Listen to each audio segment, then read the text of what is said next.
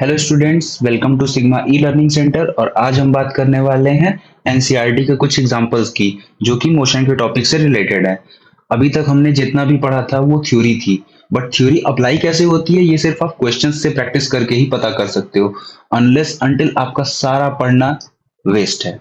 अगर आप प्रैक्टिकल नहीं कर रहे हो तो आपका थ्योरी का नॉलेज बेकार है। Same apply here. अगर आप सवाल नहीं लगा रहे हो तो आपकी थ्योरी पढ़ने का कोई मतलब नहीं, आप 2-4 दिन में भूल जाओगे। क्वेश्चंस होते हैं जो आपको कॉन्सेप्ट बिल्डिंग करते हैं, आपको पॉइंट्स मेमोराइज करवाते हैं। तो चलिए स्टार्ट करते हैं। ये 2-3 वीडियो की एक सीरीज होगी, जिसमें पहले हम एनसीईआरटी की एक्सरसाइज करेंगे।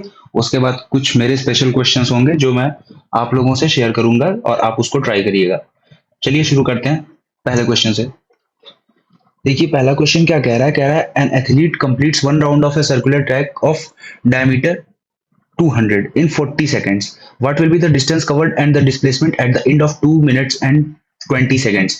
इसमें बोल रहा है कि 200 मीटर की डिस्टेंस है, 200 मीटर का डायमीटर है, 200 मीटर का डायमीटर है एक सर्कुलर पाथ पे।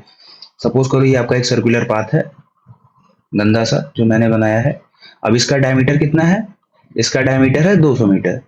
ठीक है, इसका डायमीटर 200 मीटर है और इसको एक एथलीट क्रॉस कर रहा है, इस पूरे इसकी सरकमफ्रेंस पे दौड़ रहा है। तो कितना टाइम ले रहा है? 40 seconds to complete one round.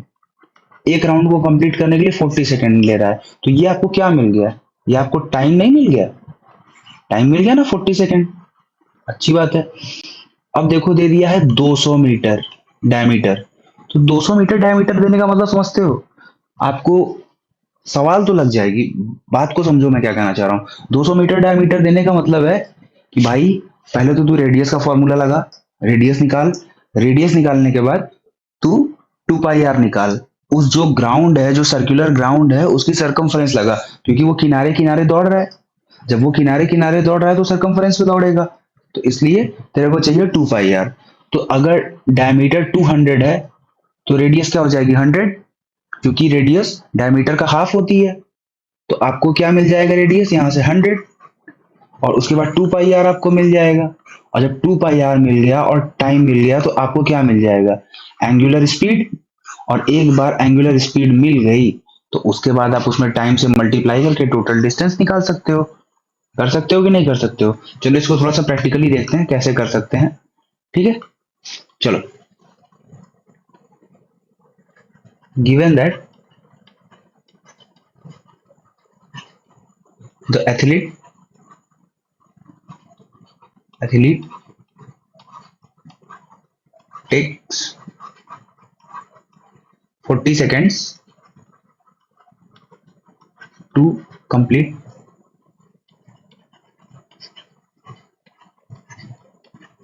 one round on the circular track,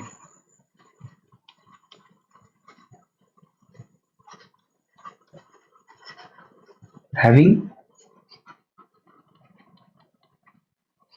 diameter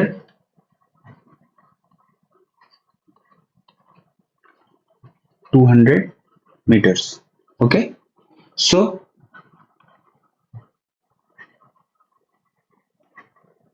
time taken to complete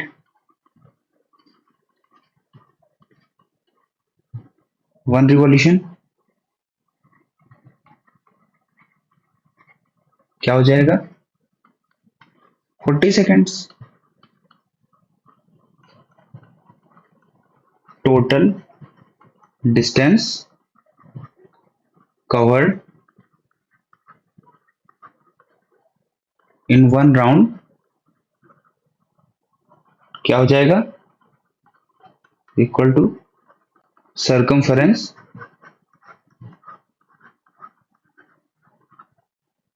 of the circular track।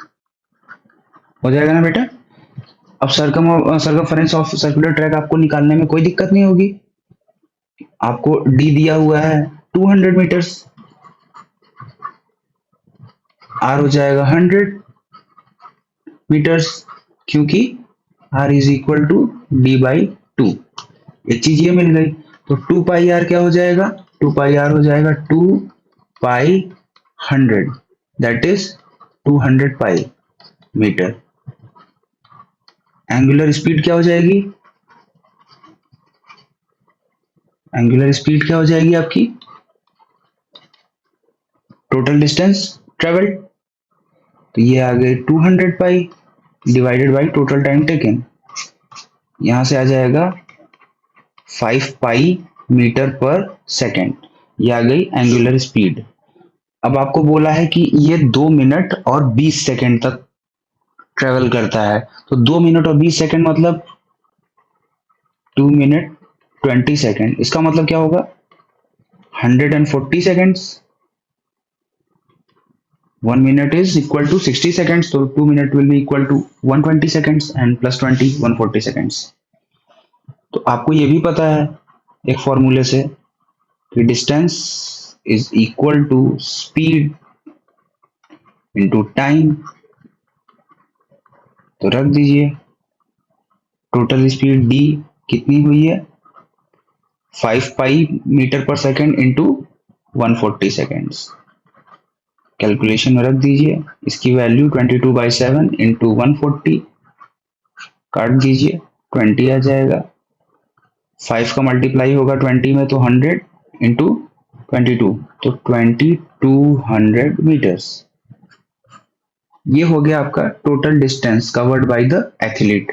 लेकिन एक बात बताओ, सर्कुलर पाथ है ना, सर्कुलर पाथ है तो ऐसा तो होगा नहीं कि वेलोसिटी वैसे ही चलेगी।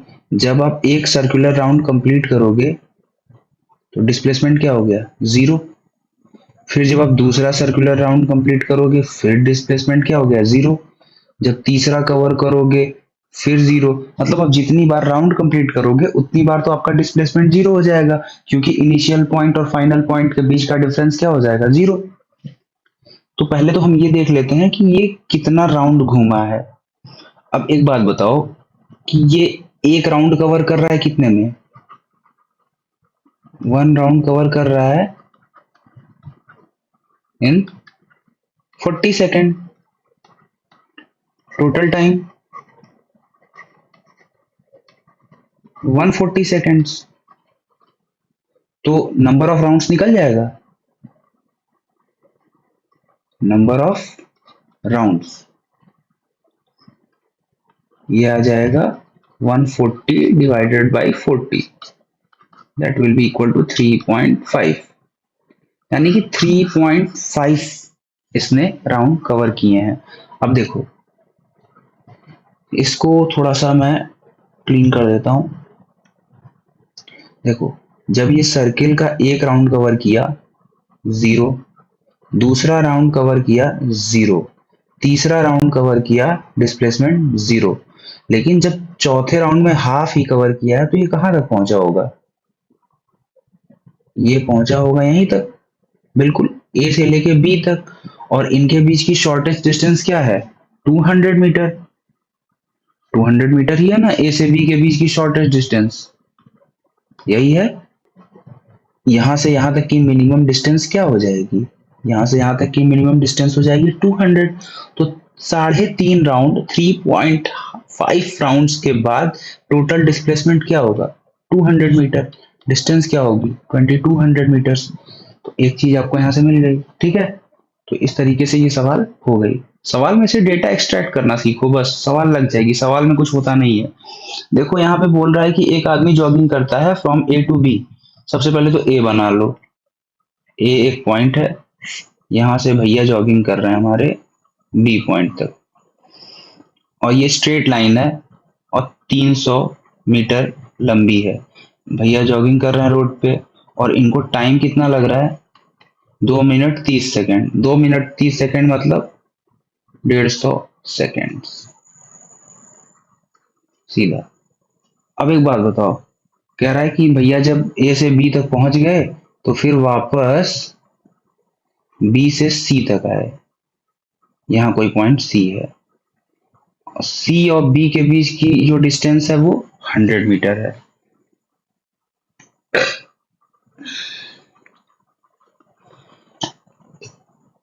और यहां तक आने में बी से सी तक आने में 1 मिनट का टाइम और लगा, तो टोटल टाइम क्या होगा?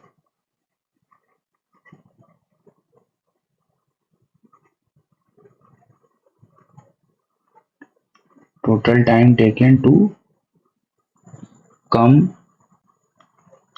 From A to C will be equal to 210 seconds.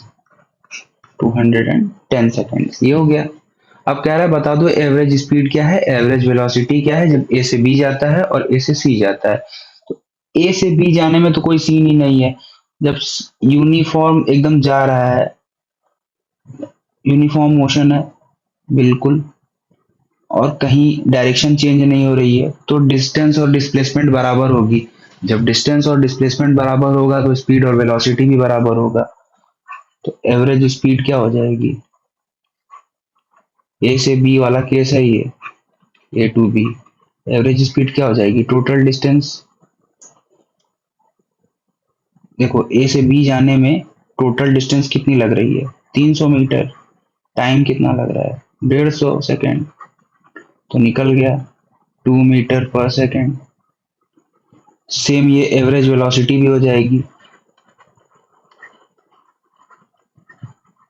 क्योंकि डिस्प्लेसमेंट भी 300 मीटर है और टाइम लग रहा है 150 सेकेंड्स।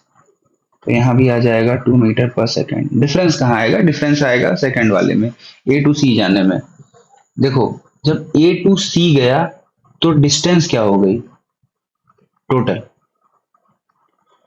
300 पहले वाली ए से बी तक और फिर 100 बी से सी तक, तो टोटल 400 मीटर्स यहां से आया। लेकिन डिस्प्लेसमेंट क्या हो गया? स्ट्रेट लाइन के अलॉन्ग है। अब ए से सी के बीच की जो डिस्टेंस है वो हो गई 200 मीटर, क्योंकि ये 300 मीटर आगे गया फिर 100 मीटर पीछे आया। तो ए टू सी का जो है वो कितना हो जाएगा? 300 माइनस 100। तो टोटल डिस्प्लेसमेंट ए टू सी कितना हो गया? 200 मीटर्स। अब देखो ए टू सी में एवरेज स्पीड क्या होगी? एवरेज स्पीड, टोटल डिस्टेंस कितनी हमने अभी कैलकुलेट की थी? 400 मीटर। टोटल टाइम कितना लगाया था? 210 सेकेंड्स। आप इसको कैलकुलेट करोगे तो 1.9 समथिंग आएगा, जो भी आया आगे 1.9047 मीटर पर सेकेंड। और एवरेज वेलोसिटी क्या आएगी? एवरेज वेलोसिटी के लिए आप टोटल डिस्प्लेसमेंट देख लो, 200 मीटर डिवाइडेड बाई 210 सेकेंड्स, तो क्या हो जाएगा? 0.95 समथिंग आगे अप्रोक्स कुछ रहेगा मीटर पर सेकेंड्स। तो ये चीज आ गई, ठीक है। अब तीसरे सवाल में देखो क्या बोल रहा है, कह रहा है कि एक आदमी है, ये स्कूल की तरफ ड्राइव कर रहा है, तो ये कैलकुलेट करता है कि इसकी जो एवरेज स्पीड है जब ये घर से स्कूल जाता है तो 20 किलोमीटर पर आवर है। ये रहा उसका प्यारा सा घर, होम, और यहां से ये जाता है यहाँ पे स्कूल।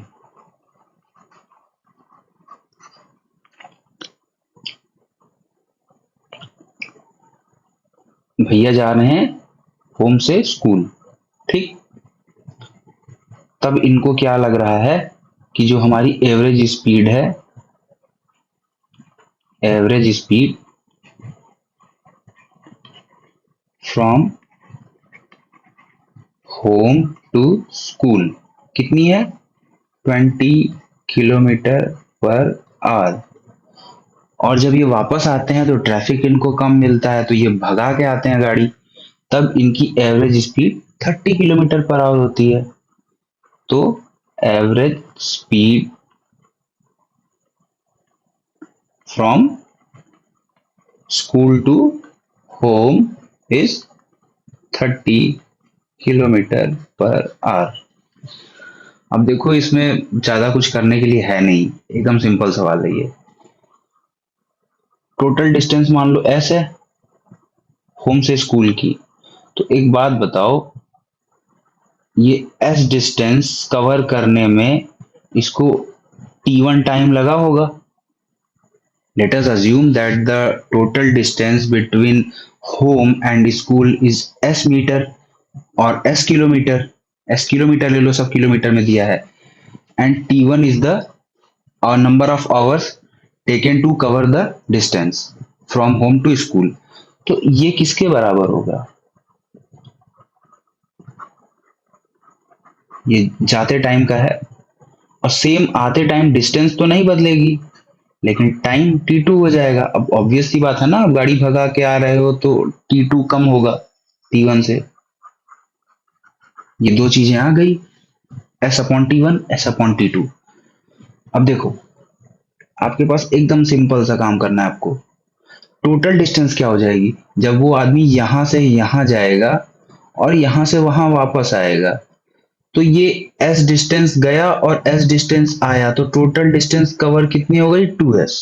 अब आपको चाहिए टोटल टाइम, तो टोटल टाइम क्या हो जाएगा? T1 plus T2. Total time क्या हो जाएगा? T1 जाने में लगा और T2 आने में लगा. यही आप इसका रेशियो निकाल दोगे तो आ जाएगा. लेकिन आप T1 की वैल्यू कहां से लाओगे? T1 की वैल्यू सर हम यहां से लाएंगे. इसको हम ये नहीं लिख सकते S upon 20 kilometre per hour is equal to T1 and with same logic T2 is equal to S upon 30 kilometre per hour. हो सकता है कि नहीं हो सकता है सर? देख लो, क्रॉस मल्टीप्लाई हो जाएगा दोनों का. ठीक है. तो अब जब आपको पता है कि ये हो रहा है तो टोटल डिस्टेंस क्या हो जाएगी? Total distance is equal to 2S upon total time taken. क्या हो जाएगा? T1 plus T2. हो रहा है कि नहीं हो रहा है? अब आपको 2S पता ही है, T1 की वैल्यू क्या है? S अपॉन 20 और T2 की वैल्यू क्या है? S upon 30. पुट कर दीजिए, एलसीएम ले लीजिए. यहाँ पे एलसीएम क्या हो जाएगा? 2S divided by 3S plus 2S divided by 60. इसका मल्टीप्लाई हो जाएगा ऊपर, तो यहाँ पे क्या मिलेगा? 120S divided by 5S 24. अब ये क्या है? ये है 24 kilometre per our. Average speed of the trip 20 पे गया है और 30 पे आया है, तब ये आया है टोटल. ठीक है. अब इसको करने का आपको मतलब एक शॉर्टकट भी है जो मैं आपको आगे बता दूंगा. बहुत सिंपल है, इतना कुछ इसमें होता नहीं है. तो मैं आपको उसको आगे बताऊंगा जब मैं थोड़े से हाई ऑर्डर थिंकिंग क्वेश्चंस कराऊंगा, तो मैं आपको उसमें बताऊंगा शॉर्टकट इसके. आपको इतना लंबा करने की जरूरत नहीं, बट एज ए स्टूडेंट आपको यही प्रोसेस अप्लाई करना है. जब आप कोई कंपटीशन या कोई ओलंपियाड दे रहे हैं तो आपको इतना सब खींचना नहीं होता, वहां आपको आंसर फिगर आउट करना होता है. तो उसके लिए मैं आपको एक दूसरा तरीका बताऊंगा. अब देखो, चौथी सवाल क्या बोल रहा है? कह रहा है कि एक मोटर बोट है स्टार्टिंग फ्रॉम रेस्ट. मीन्स की ये मोटर बोट जो है ये रेस्ट में है. अब इससे क्या एक्सट्रैक्ट कर सकते हो? मोटर बोट स्टार्ट हो रही है रेस्ट से, यानी इनिशियल वेलोसिटी यू क्या हो गई? जीरो. जीरो हो गई, 0 मीटर पर सेकेंड. कह रहा है एट ए लेक, एक लेक पे एक मोटर बोट है जो स्टार्ट हो रही है जीरो से, एक्सिलरेट्स इन ए स्ट्रेट लाइन. यानी कि ये जीरो है, ये लेक है मान लो तुम्हारी, लेक का एक पॉइंट है ए, यहां से बोट एक्सिलरेट हो रही है straight line at a constant rate. यानी एक्सिलरेशन आपको दे दिया गया है 3 मीटर पर सेकेंड स्क्वायर. टाइम भी दे दिया गया, कितने देर के लिए हो रही है? 3 सेकेंड्स के लिए. तो आपको बताना है कि वो जो बोट है वो इतने टाइम में कितनी डिस्टेंस ट्रेवल की होगी. अब ये क्वेश्चन देख के आपको कुछ याद आ रहा है? यू दिया हुआ है, ए दिया हुआ है, टी दिया हुआ है और एस पूछ रहा है. तो इन चारों में एक रिलेशन होता है, यही होता है शायद, जहां तक मुझे पता है यही होता है.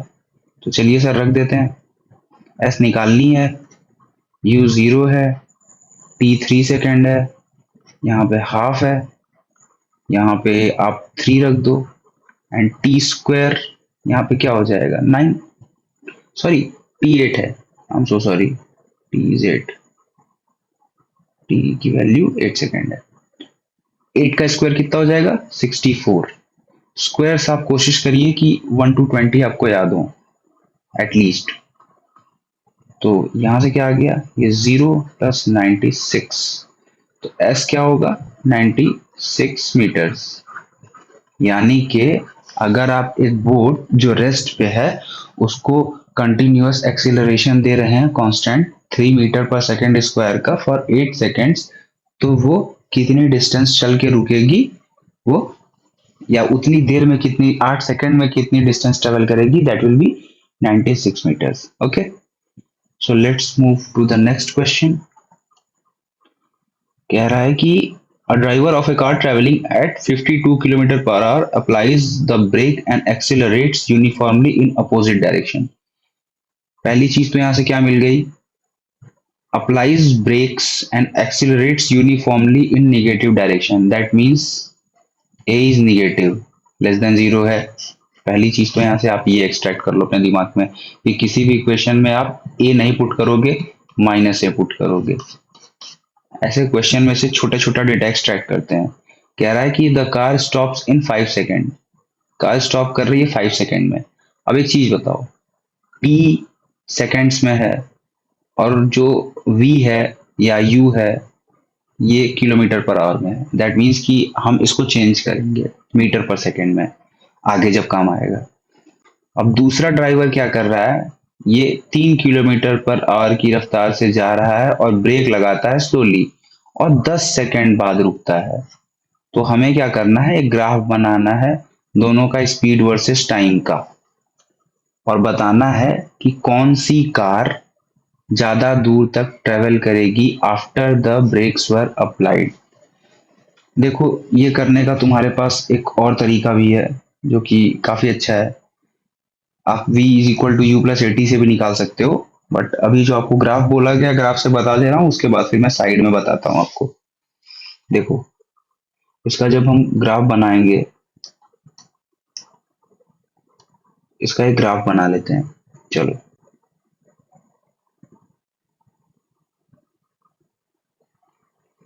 ये हो गया टाइम का एक्सिस जो कि सेकंड में है,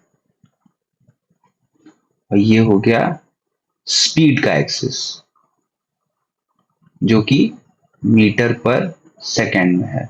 तो फर्स्ट थिंग फर्स्ट हम क्या करेंगे, हम 52 किलोमीटर पर आवर को 52 किलोमीटर पर आवर को मीटर पर सेकंड में बदलेंगे। तो आपको बताना है कि किस नंबर से मल्टीप्लाई करने पे ये मीटर पर सेकंड में बदल जाता है, वो नंबर क्या होता है। ये मैंने बताया हुआ है लेक्चर में, आपको कमेंट करके बताना है ये कौन सा नंबर होता है, अदरवाइज मैं नेक्स्ट लेक्चर में बता दूंगा आपको।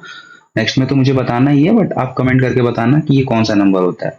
तो ये बनेगा मीटर पर सेकंड, और जो 3 किलोमीटर पर आवर है ये बनेगा 0.84 अप्रोक्स मीटर पर सेकंड, इसी नंबर से मल्टीप्लाई करने पे।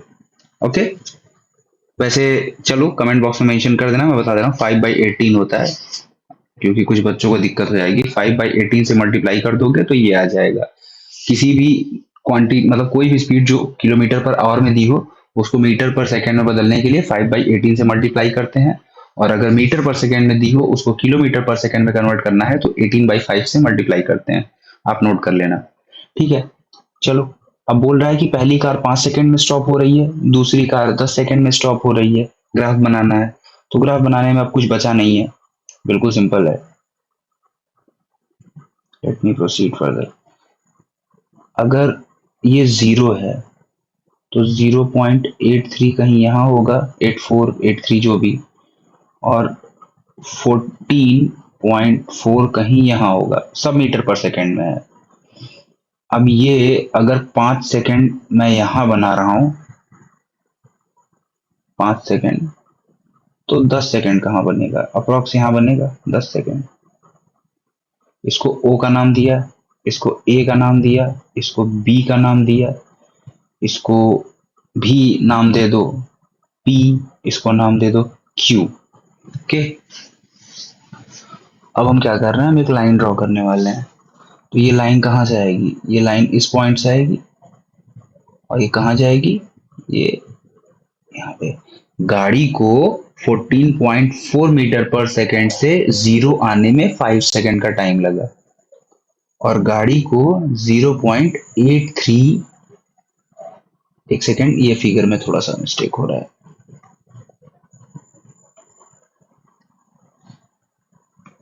और गाड़ी को 0.83 मीटर पर सेकेंड से 0 आने में 10 सेकेंड्स का टाइम लगा है। ठीक, तो चलिए, अब आपको पता ही है स्पीड निकालनी है या डिस्टेंस निकालनी है कि कौन सा ज्यादा डिस्टेंस ट्रेवल करेगा। तो जो ट्रायंगल ओ क्यू ए होगा वो क्या बताएगा, वो बताएगा डिस्टेंस ट्रेवल्ड बाय कार ए, एक चीज हो गई।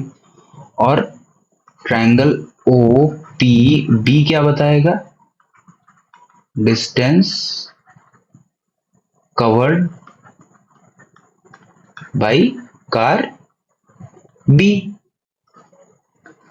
तो इसका ट्रायंगल का एरिया क्या होगा, ट्रायंगल ओ क्यू ए का एरिया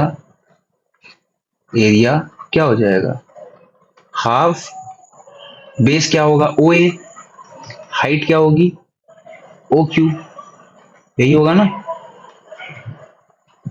ओ ए की वैल्यू क्या है 5 सेकेंड और ओ क्यू की वैल्यू क्या है 14.4, यही है ना, बिल्कुल यही है सर। तो इसको मल्टीप्लाई कर दो, ये आ जाएगा अप्रोक्स 36 के अराउंड आएगा शायद, जो भी आए कैलकुलेट कर लेना अपना, एग्जैक्टली मैंने कैलकुलेट नहीं किया है। 2.5 का मल्टीप्लाई करोगे 36 के अप्रॉक्स आएगा जहां तक मुझे पता है। तो ट्रायंगल ओ क्यू ए का एरिया क्या आ गया 36 मीटर्स। ये क्या है, ये वो शेडेड रीजन है जो किसने कवर किया है, कार ए ने कवर किया है। अब कार बी कौन सा शेडेड रीजन कवर करेगी, ये वाला। तो इस ट्रायंगल का एरिया क्या होगा, area of triangle O P B क्या हो जाएगा, हाफ बेस क्या होगा इसका बेस 10 सेकेंड होगा क्योंकि ओ बी इसका बेस है ना। ये ट्रायंगल अगर आप देखोगे ओ पी बी तो बेस है और हाइट क्या है ओपी है, हाइट 0.83 है। तो जब आप मल्टीप्लाई करोगे तो आपको अप्रोक्स मिलेगा 4.12 अप्रोक्स या 15 4.15 मीटर। तो पूछ रहा है कौन सी कार ज्यादा दूरी पे जाके रुकेगी, तो दैट विल बी कार ए। तो अगर इसके रिगार्डिंग कोई भी क्वेश्चन हो, कोई भी कंफ्यूजन हो तो आप कमेंट करके पूछ सकते हैं, अदरवाइज आप इंस्टाग्राम पे भी कमेंट करके या डीएम में मैसेज करके पूछ सकते हैं। और अगले लेक्चर में हम लोग जो बचे हुए क्वेश्चन हैं उनको करेंगे, उसके बाद फिर एक स्पेशल लेक्चर होगा जो अप्रॉक्स 1 घंटे का होगा, जहां मैं 10-12 अलग अलग टाइप के क्वेश्चंस डिस्कस करूंगा और फिर उसके बाद ये मोशन का स्टोरी फिनिश हो जाएगा। तो वीडियोस देखते रहिए और अगर वीडियो पसंद आ रहा है तो कंटेंट को अपने दोस्तों के साथ प्लीज शेयर करते रहिए, क्योंकि इससे हमें भी मोटिवेशन मिलती है कि यार हमारा काम लोग देख रहे हैं, तो हमें भी ज़्यादा काम करने की एनर्जी मिलती है। Thank you so much for watching, पढ़ते रहिए, मस्त रहिए।